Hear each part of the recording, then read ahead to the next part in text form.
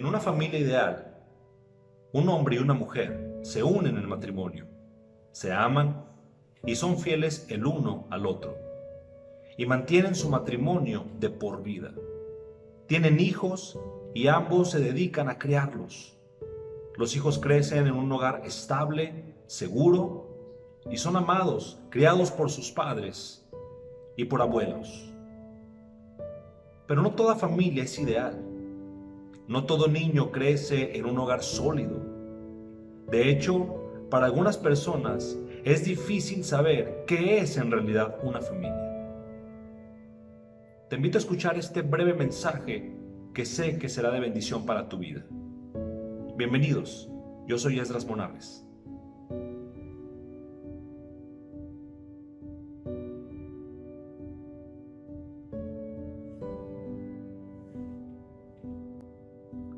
Para alguien cuyos padres se han casado más de una vez, esta situación puede ser bastante confusa.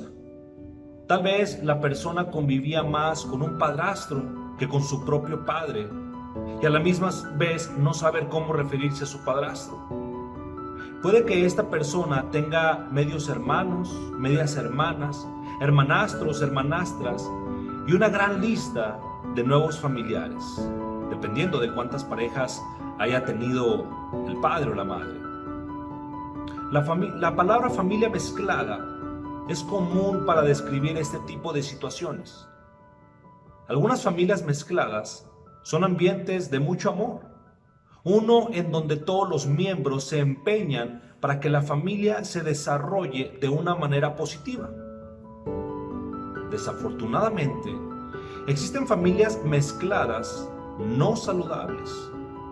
Y en estos casos, la palabra mezclada en realidad significa revueltos. Para algunas personas, los lazos familiares son claros y fuertes. Sin embargo, para otras, la situación familiar puede ser confusa y errónea, tanto como para padres e hijos. Así como algunos forman parte de familias mezcladas, existen aquellos que fueron separados de su madre biológica y viven solamente con su padre y una madrastra. Otros terminan en casas hogares porque la madre no puede o no quiere hacerse cargo de ellos. Adicionalmente, existen muchas madres solteras criando a sus hijos solas, ya sea a causa de un rompimiento en el matrimonio o alguna otra relación con el padre, o en algunos casos la madre queda embarazada mientras sale con algún muchacho sin ningún compromiso. Y desafortunadamente, pues el padre, el muchacho, se rehúsa a tomar responsabilidad de los hijos. Pero, ¿qué dice Dios, el Todopoderoso, acerca de todo esto? ¿Cuál es el mensaje del Señor cuando las relaciones se mezclan y las familias empiezan a decaer? Una cosa en la cual Dios es muy claro es que las familias tienen que ser de un mismo pensar. Cuando la situación es confusa y la sociedad pretende que cualquier solución es buena, tenemos que recordar que la palabra de Dios dice que la intimidad sexual y la crianza de los hijos pertenecen a un hombre y una mujer dentro de un matrimonio para toda la vida. Esa es la voluntad del Señor, de Dios para la familia. Ese es simplemente el mejor ambiente para los niños y no hay vuelta de hoja. La Biblia enseña esto y la experiencia lo confirma. No hay mejor solución que una familia compuesta por padres sólidos y estables. Sin embargo, si tú no formas parte de una familia con un padre y una madre estable, ¿significa que Dios no tiene absolutamente nada para ti? Tal vez significa que no hay lugar para ti en el plan de Dios. Desgraciadamente y seguramente, esto es exactamente lo que muchos predicadores o hermanos en la fe te han hecho sentir.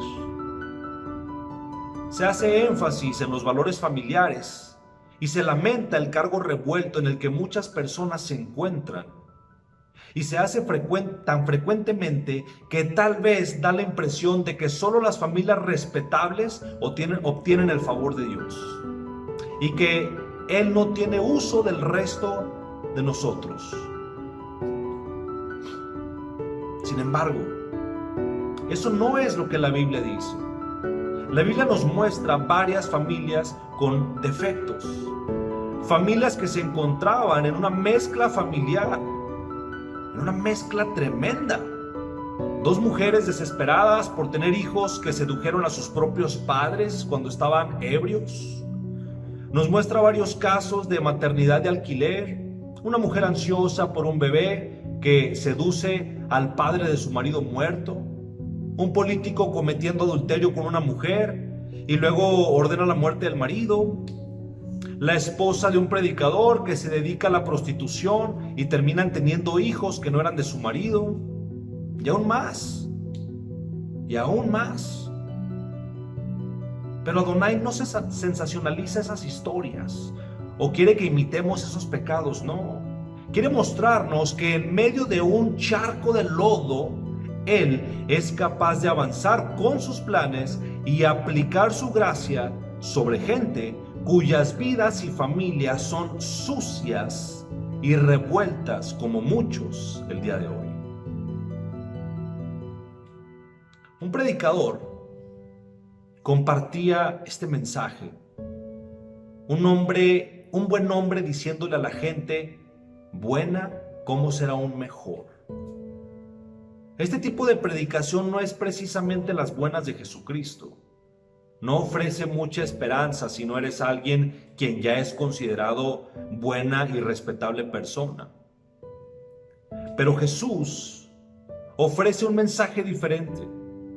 La Biblia proclama gracia asombrosa y nos muestra que personas en situaciones difíciles aún tienen un lugar en el plan de Dios.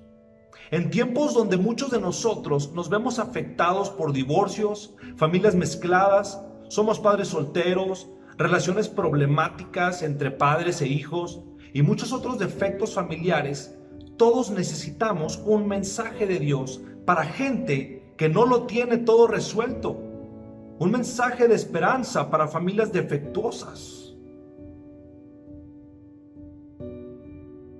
Quiero compartirte una de las peores situaciones familiares que encontramos en toda la Biblia. Mira, no es una imagen bonita. Algunos eruditos se han preguntado por qué esta historia está en la Biblia. Dicen que este es uno de los capítulos de la Biblia que nunca debería de ser predicado porque la consideran bastante horrible. Y pudiera ser una historia horrible, pero Adonai, el Creador, tenía una razón para ponerle en la Biblia. Así que acompáñame al libro de Génesis, capítulo 38. Mira, te voy a yo resumir la historia porque es un poquito larga y no quiero tomar mucho tiempo. Pero cuenta la historia de Tamar y Judá. Judá era uno de los 12 hijos de Jacob. Jacob también era llamado Israel. Y él y sus hijos eran ancestros de los israelitas. Judá se unió en matrimonio con una mujer pagana y tuvo 3 hijos con ella. El hijo mayor de Judá, creció y se unió en matrimonio con una mujer llamada Tamar. Pero era tan malvado que el Señor le quitó la vida. En ese tiempo existía la costumbre que si un hombre moría sin hijos, su hermano debería tomar a su viuda para tener hijos con ella en el nombre de su hermano, para que la línea del hermano pudiera continuar y su nombre no muriera. Así que el segundo hijo de Judá, Onán, tomó a Tamar. Onán, no molesto absolutamente nada, no se molestó en tener que hacer esto. Onán estaba alegre de acostarse con Tamar, pero no quería que se embarazara. Si ella llegara a tener hijos, esos hijos se considerarían hijos del hermano muerto. Si ella llegara a tener hijos, pues también la herencia pasaría a ellos, la propiedad del hermano muerto, que de otra manera sería para Onán, si no hubiera hijos, y para su familia. Onán sabía que la descendencia no era suya, o no sería suya. Y aconteció que cuando tenía relaciones con Tamar, la esposa de su hermano muerto, Onán derramaba su semen en tierra para no dar descendencia a su hermano. Pero lo que hacía ante los ojos de Dios era desagradable, era malo. Así que Adonai también le quitó la vida. Eso dejó a Judá con un solo hijo. Ahora que los dos mayores, y Onán, habían fallecido, Tamar seguía sin hijos. Judá entonces le dijo a Tamar, a su nuera: vive como viuda en la casa de tu padre hasta que mi hijo Shelah crezca. Pero en realidad Judá no tenía la intención de dar su único hijo a Tamar, porque ella parecía representar mala suerte, y Judá no quería que su único hijo muriera, como los otros dos, al estar con Tamar. Después de mucho tiempo, la esposa de Judá murió. Mientras tanto, Tamar, su nuera, seguía viviendo en casa de su padre, soltera y sin hijos. Ella vio que el último hijo de Judá ya era un hombre y que Judá no tenía intención de dejar que su hijo se casara con ella. Eso significaría que Tamar nunca se casaría o tendría hijos.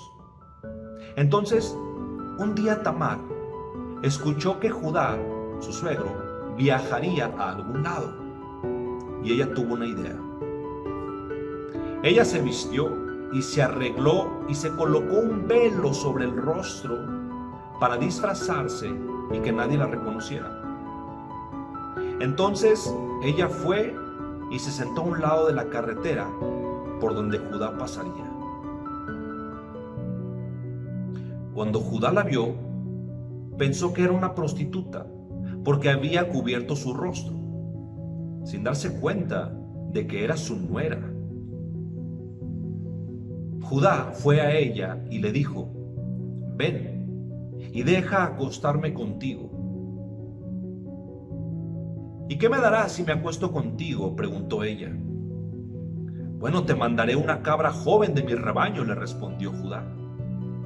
Por supuesto que Judá pues no tenía una cabra y luego. Así que Tamar le pidió algo de él que pudiera obtener inmediatamente como garantía de que él pagaría después. Entonces Tamar pidió el sello oficial de la casa de Judá y el bastón que él cargaba. Judá le dio lo que pidió para acostarse con ella, y así lo hizo. Pero Tamar quedó embarazada de su suegro. Mientras tanto, Judá mandó a un amigo tiempo después con la cabra para pagarle a la prostituta y obtener de nuevo sus pertenencias. Él asumió que la encontraría en el mismo lugar, pero por supuesto que ella no iba a estar ahí. No había dónde encontrarla.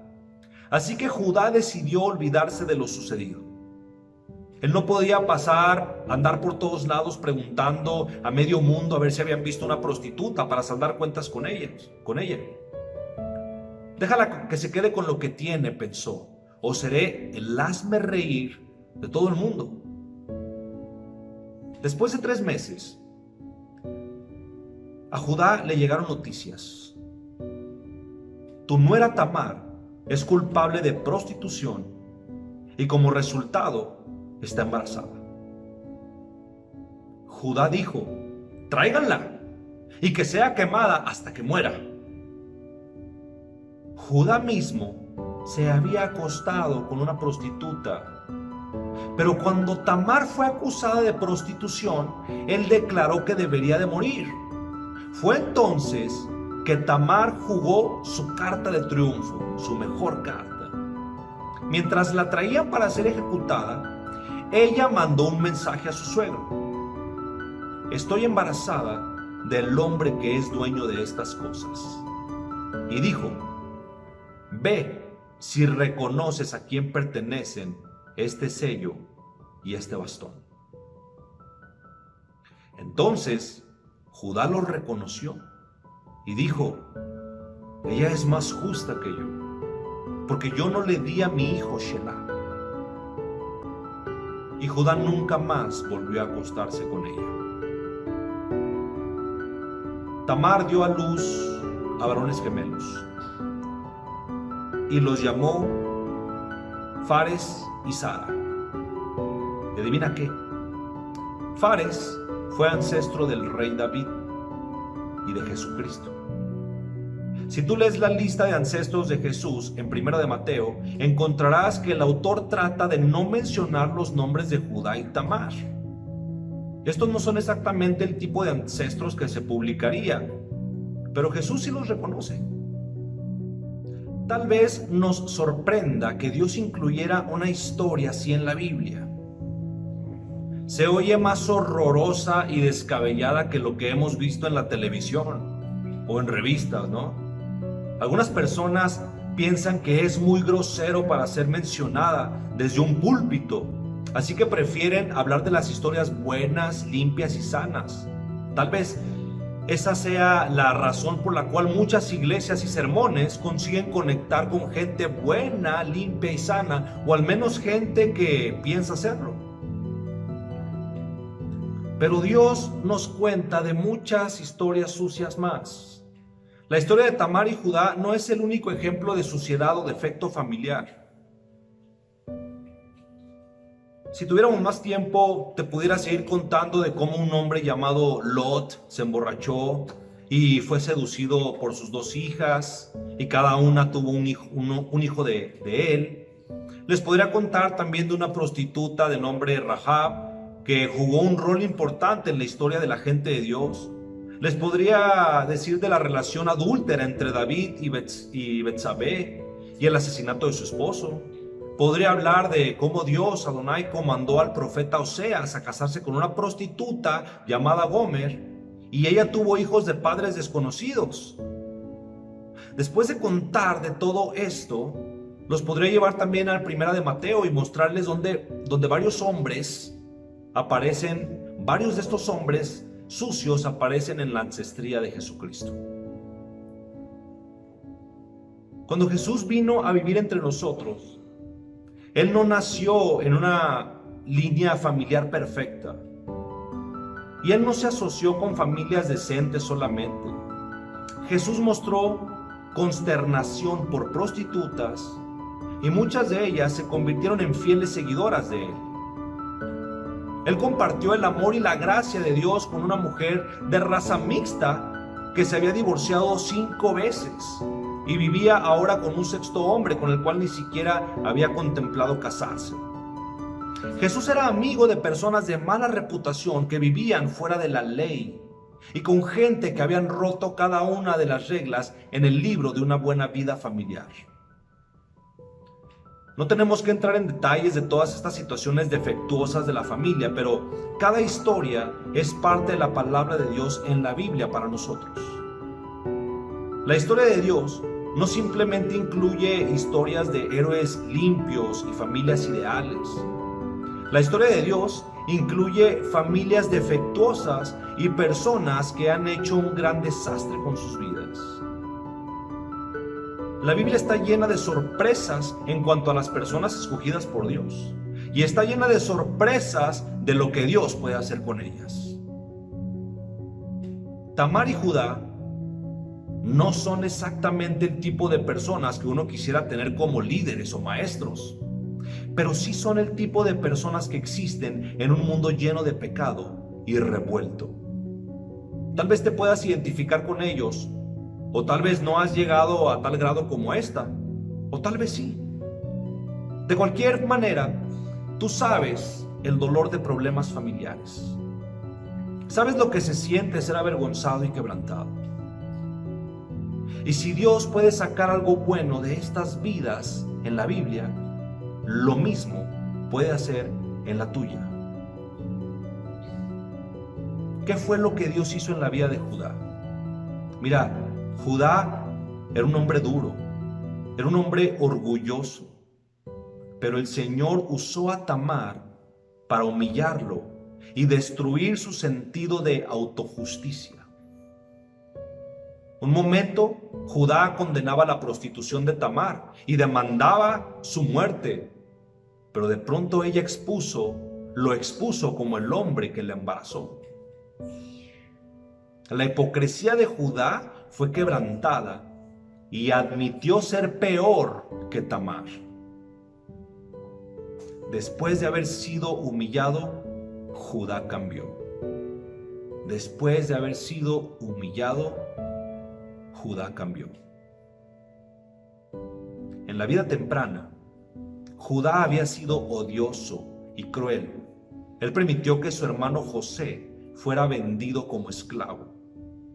Pero tiempo después, cuando uno de sus hermanos estuvo en peligro, Judá se ofreció como rehén y esclavo en lugar de su hermano. Lo podemos leer en Génesis 44:33. El hombre que alguna vez había sido de tan duro corazón para vender a su hermano y bastante hipócrita para demandar la muerte por un pecado que él también había cometido, su corazón cambió de tal forma que estaba dispuesto a sacrificar su propia vida para poder salvar la de alguien más. Años después, Judá se encontraba al lado de la cama de su padre, Jacob, cuando éste estaba a punto de morir. Mientras Jacob se encontraba en su lecho de muerte, Adonai lo inspiró a dar profecías sobre Judá. Aunque Judá había vivido como un gato callejero, Jacob, su padre, lo llamó León.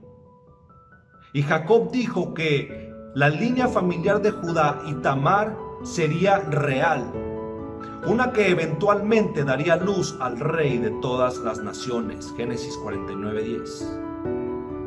Esa profecía fue cumplida en Jesucristo, al cual la Biblia le llama el león de la tribu de Judá, para que así se cumpliera la bendición de Jacob. ¿Qué es lo que la historia de Judá y Tamar significa para familias defectuosas hoy en día? Significa que si Dios puede cambiar a un hombre como Judá, Él puede cambiarte a ti. Si Dios pudo sacar un gran propósito en la familia de Tamar y Judá, mandando a Jesús el Mesías, Él también puede definitivamente tener un gran propósito para tu familia. Todo depende en la bendición de Dios, no en tus calificaciones. La historia de Judá y Tamar nos muestra lo peor del pecado y nos muestra qué tan fácil es, aún para el peor pecador, convertirse en un hombre justo. Cuando Judá se enteró de que Tamar estaba embarazada, él quería que fuera quemada. Pero luego se enteró de que él era el padre de su hijo y tuvo que admitir que él era aún peor que la mujer que quería matar. Él susurró y dijo: ella es más justa que yo. Y ahí marcó el final de su indignación de hombre justo. Esta experiencia humillante marcó un punto importante en la vida de Judá. Muchos de nosotros necesitamos ser humildes, humillados de esa forma. Cuando se trata de situaciones difíciles hoy en día, aquellos que juzgan más fuerte y más duro encontrarán que así como Judá, nosotros somos tan malos y a veces peores que aquellos que juzgamos. Algunos de nosotros vemos como poca cosa a aquellos que no viven de acuerdo a nuestros propios valores. Pero si nos pusiéramos en su lugar y dejamos los estándares dobles para vernos de la forma en que Dios nos ve, tal vez tendríamos que decir de alguna mujer que no soportamos: ella es más justa que yo. Pero como vemos en la historia de Tamar, nos enseña que Dios nos puede bendecir a pesar de lo que somos. Nos muestra la grandeza de la gracia de Dios. Cuando Judá ordenó que Tamar fuera quemada, ella levantó el sello y el bastón para probar que él pecó junto con ella, y dijo: en efecto, aquel que esté sin pecado, que prenda la llama. Judá tuvo que resignarse. Ahora tomemos en cuenta la gran descendencia de Judá, Tamar. Jesús también lidió con una mujer involucrada en inmoralidad sexual. Pero a comparación de Judá, Jesús no participó en su pecado ni compartía su culpabilidad. Cuando oficiales descubrieron a la mujer adulterando, fue arrastrada ante Jesús y le preguntaron si la mujer debería ser apedreada hasta morir. Jesús contestó: el que esté libre de pecado, que tire la primera piedra. Los acusadores se retiraron uno por uno, pero esa no es la mejor parte. Después de que todos los pecadores se retiraron, un hombre se quedó: Jesús mismo. Él en verdad era libre del pecado. Él tenía derecho a tirar la primera piedra. Él no tenía que decir como Judá hizo: ella es más justa que yo. No, Jesús tenía todo el derecho de condenar a esta mujer y de matarla, pero no lo hizo. Al contrario, Él dijo: ni yo te condeno, vete y no peques más. Esas son las buenas nuevas para los pecadores. El Evangelio no es nada más el mensaje de que nadie es perfecto y debemos ser más tolerantes.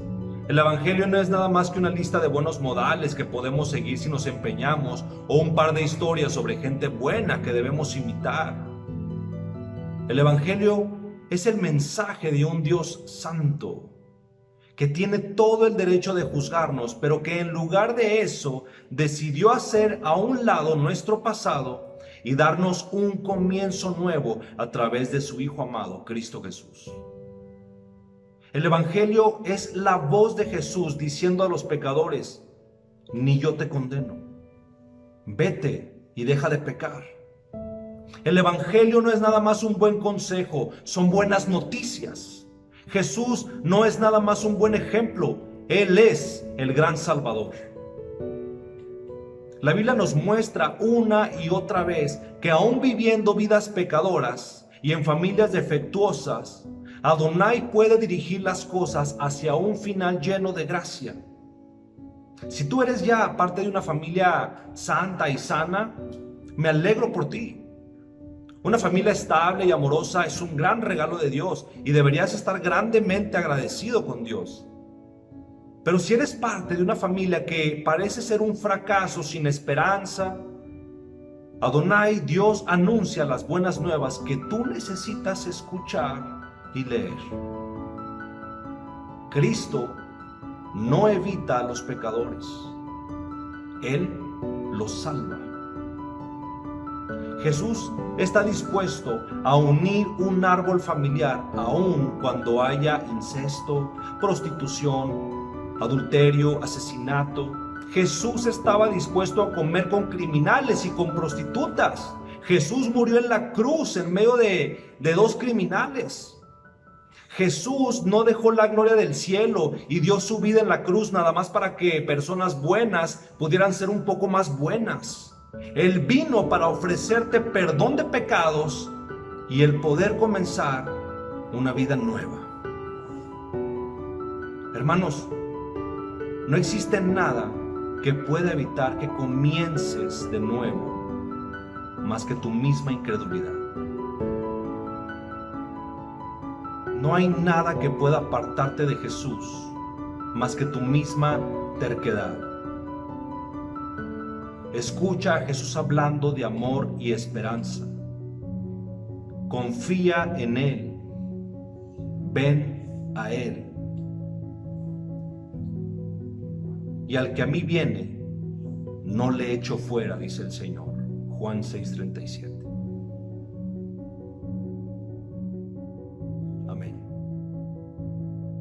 Gracias, Señor, por esta palabra, porque tú, Señor, nos amas.